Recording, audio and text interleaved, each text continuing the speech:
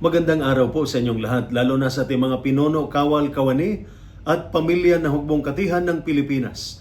Ako po si Father Dion, isang paring Katoliko ng Military Ordinariate of the Philippines at ang Post-Catholic Chaplain ng Headquarters and Headquarters Support Group ng Philippine Army. At ito po ang salita ng Diyos, ang ating gabay. Ngayon po ay Saturday, September 27, 2025, sa ikawalong araw ng ating nobena kay San Miguel Arcangel.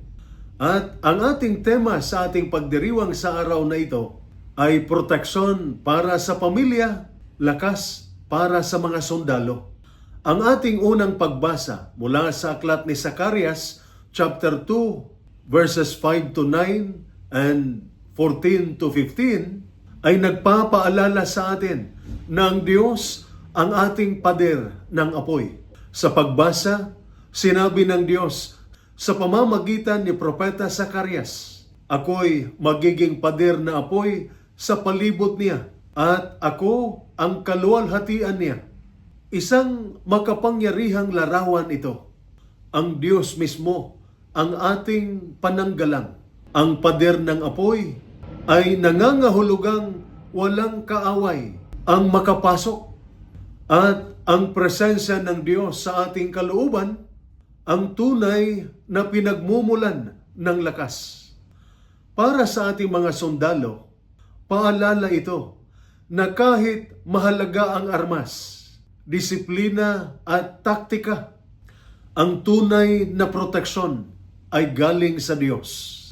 Para naman sa mga pamilya, ito ay aliw na kahit may pangamba at kawalan ng katiyakan, lalo na kung malayo ang mahal sa buhay, ang Diyos ay nagbabantay at umiiral na kalasag.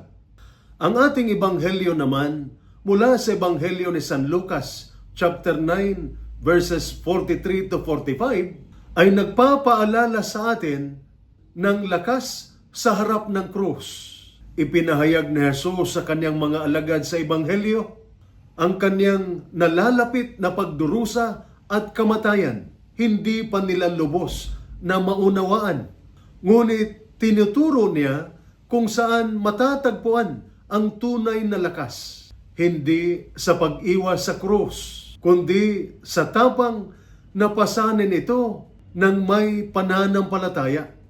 Ganito rin sa buhay sundalo. Ang tunay na lakas ay hindi kawalan ng hirap, kundi ang pagtitiis at pag-asa sa gitna ng hirap.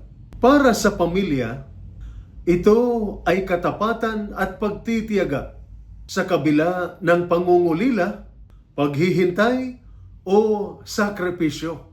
Kaya tayo'y pinaalalahanan sa role ni San Miguel Arcangel, ang ating tagapagtanggol at patron. Si San Miguel Arcangel ang huwaran ng katapangan.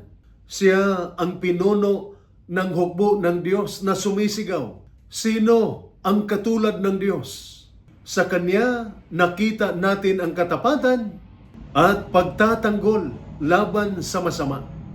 Kaya ngayong ikawalong araw ng ating nobena, ipinagkatiwala natin kay San Miguel Arcangel ang lahat ng sundalo at pamilya na sila'y ipagtanggol, palakasin at patnubayan sa gitna ng laban ng buhay.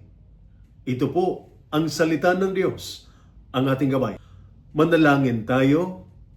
Panginoon naming makapangyarihan, sa ikawalong araw ng nobena kay San Miguel Arcangel, isinusuko namin sa iyo ang aming mga sundalo at kanilang pamilya.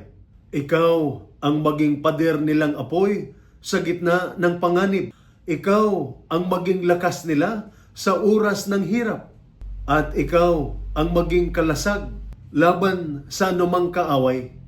Pagpalain mo ang aming mga sundalo ng tapang at disiplina at ang kanilang mga pamilya ng kapayapaan at pagtitiis. Sa pamamagitan ng panalangin ni San Miguel Arcangel, ingatan mo sila sa katawan at kaluluwa at manatili nawa sa kanila ang iyong kaluwalhatian sa pamamagitan ni Kristo na aming Panginoon.